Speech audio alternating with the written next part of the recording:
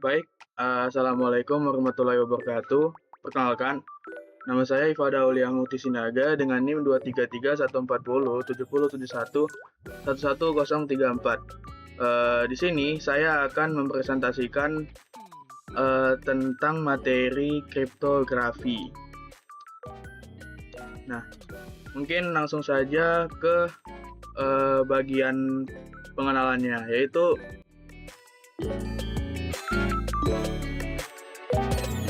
kriptografi adalah ilmu yang mempelajari teknik untuk mengamankan data dengan mengubahnya menjadi bentuk yang tidak dapat dibaca atau dalam bentuk acak. Nah, itu ibaratnya itu seperti menulis surat rahasia yang cuma bisa dibaca oleh orang yang kita tuju. Nah, jadi mungkin itulah gambaran sederhananya dari kriptografi ini. Lalu lanjut, ada proses dasarnya. Nah, di dalam kriptografi ada dua proses utama yang perlu kita pahami. Yang pertama ada enkripsi dan dekripsi. Nah, yang enkripsi ini itu adalah proses mengubah data asli atau plain text menjadi data yang acak atau data tersandi atau ciphertext. Nah, sedangkan deskripsi yaitu adalah proses yang mengembalikan data yang awalnya acak itu dikembalikan menjadi data yang semula, menjadi data yang asli. Nah, selanjutnya kita masuk ke bagian jenis-jenis algoritma. Nah, pada kriptografi modern itu terdapat 3 jenis utama. Ada kriptografi simetris, ada asimetris, dan juga fungsi hash. Nah, yang kriptografi simetris ini yaitu kriptografi yang menggunakan satu kunci yang sama untuk enkripsi dan deskripsi.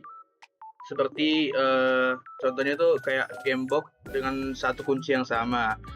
Nah, contohnya ada AES dan DES dan 3DES.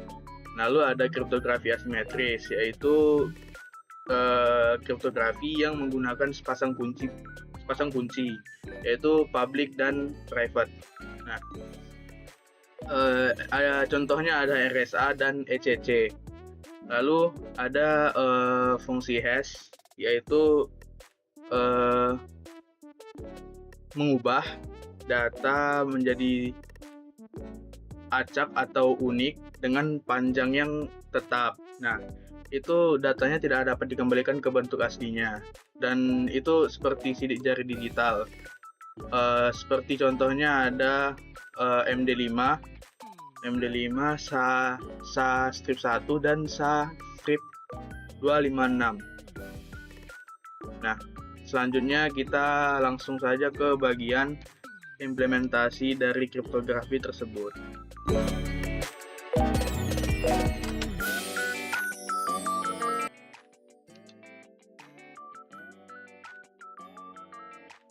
Nah, ini saya sudah masuk ke dalam VS Code, dan codingan kriptografi ini sudah saya buat sewaktu pertemuan kelas minggu yang lalu. Baik, saya akan menjelaskan implementasi atau codingan-codingan yang ada di VS Code saya kali ini. Nah, yang pertama itu ada di bagian ini. Nah, yang di bagian ini from cryptography Vernet sampai dengan base 64 ini adalah bagian import library-nya. Nah, ini digunakan untuk enkripsi simetris, yaitu menggunakan kunci yang sama untuk enkripsi dan dekripsinya. Lalu ada hashlib. Hashlib digunakan untuk menghasilkan hash dari data. Lalu ada OS yang ini. Ini digunakan untuk menghasilkan salt yang acak. Dan terakhir ada base 64, yaitu digunakan untuk encoding salt agar lebih mudah dibaca. Nah, selanjutnya ada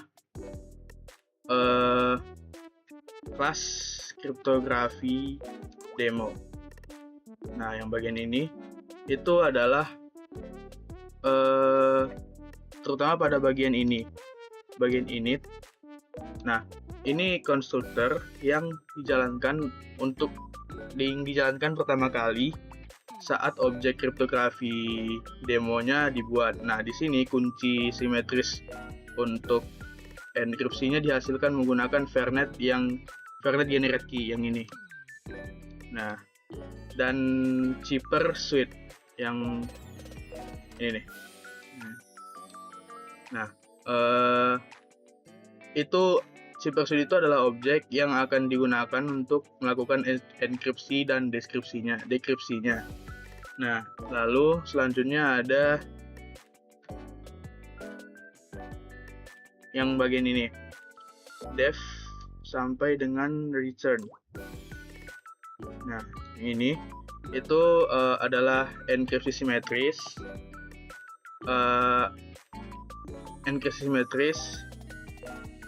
Lalu di situ ada demonstrasi enkripsi simetris yang menggunakan kunci yang dihasilkan pada konstruktornya. Nah, pada bagian ini password.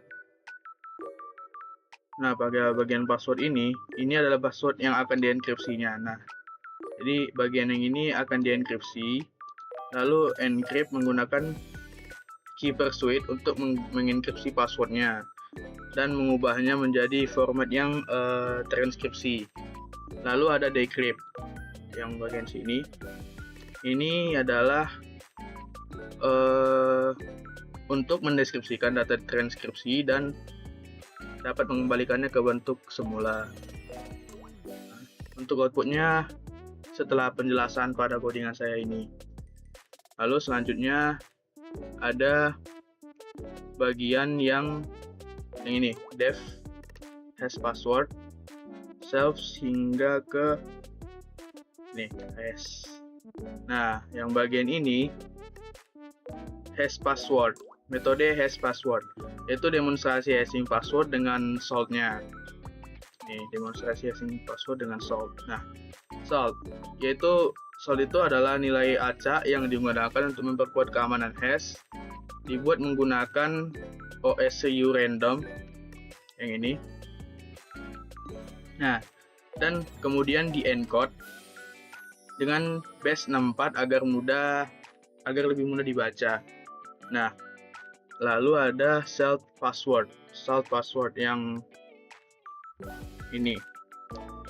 Nah, yang salt password ini adalah gabungan dari salt dan password asli yang kemudian akan di hash nantinya. Nah, selanjutnya ada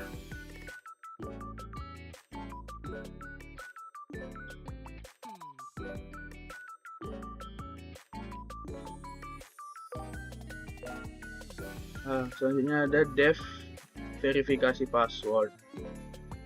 Nah, ini. Nah, bagian ini tuh bagian verifikasi password, yaitu demonstrasi verifikasi password dengan membandingkan hash dari password yang dimasukkan dengan hash yang tersimpan. Nah, yang di bagian input password ini, password yang dimasukkan untuk verifikasi nantinya.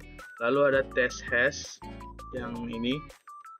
Test hash ini menghasilkan hash dari password yang dimasukkan dengan memiliki salt yang sama. Lalu ada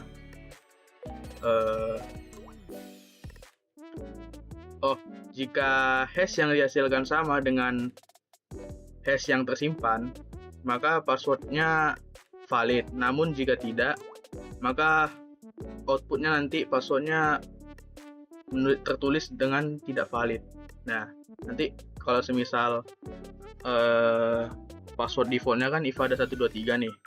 Nah, semisal saya mengganti bagian ini menjadi 1234, maka outputnya akan tidak valid nantinya. Nah, untuk outputnya kita coba setelah penjelasan ini. Lalu ada def main. Nah, yang di def main ini itu yang bagian ini adalah fungsi pada mainnya. Jadi ini tuh berguna untuk membuat objek demo dari kelas kriptografinya. Lalu gunanya itu juga memanggil masing-masing metode untuk enkripsi simetris, hashing password, dan verifikasi passwordnya nanti. Nah, yang terakhir yang ada di bagian ini. Nah, yang di bagian ini itu adalah pemeriksaan eksekusinya nantinya. Jadi bagian ini tuh memastikan bahwa kodenya itu hanya akan dijalankan ketika file dijalankan secara langsung. Nah, bukan saat diimpor sebagai modul. Baik, kita langsung saja membuktikannya. Kita langsung membuka terminal Python crypto demo.py. Nah, ini outputnya akan seperti ini. Jadi password aslinya itu ifada123. Ini yang bagian enkripsi simetrisnya. Nah, nanti akan terenkripsi menjadi ini huruf acak. Nah, yang ini huruf acak ini. Nah, lalu ketika di deskripsi akan kembali seperti semula menjadi ifada123 lagi.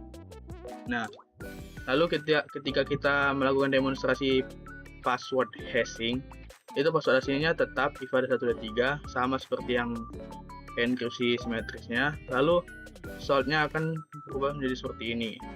Nah, dan hash passwordnya akan menjadi seperti ini. Pada bagian hashing ini kita tidak bisa mengembalikan kode seperti semula. Beda dengan enkripsi simetris, ini bisa dikembalikan seperti semula. Lalu demonstrasi verifikasi passwordnya ini terverifikasi berhasil.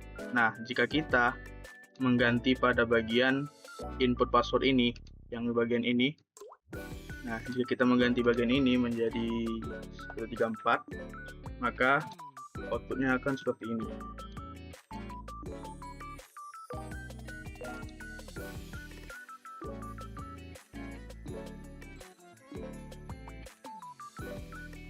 Nah, outputnya akan berubah menjadi password tidak valid atau verifikasi gagal karena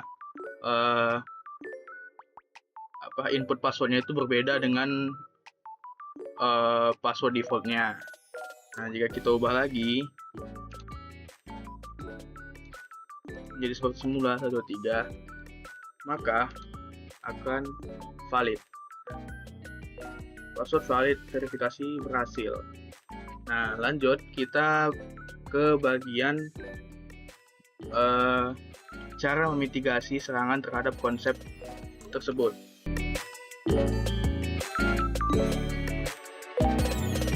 Nah, mungkin pada bagian mitigasi ada ancaman terhadap kriptografi. Ada beberapa ancaman seperti serangan brute force, lalu ada mole in the middle attacks, dan terakhir ada dictionary attacks pada password. Nah, itu yang saya ketahui. Lalu ada strategi mitigasinya. Nah, strateginya itu penggunaan salt untuk mencegah rainbow table attacks, lalu implementasi strong password policy, lalu rotasi kunci secara berkala, lalu ada penggunaan protokol yang aman, lalu mungkin yang terakhir ada multi-factor authentication. Nah, untuk keamanan yang lebih bagus itu adalah penggunaan algoritma standar yang teruji. Jadi, manajemen kunci yang aman, regular security audits, dan update dan patch berkala.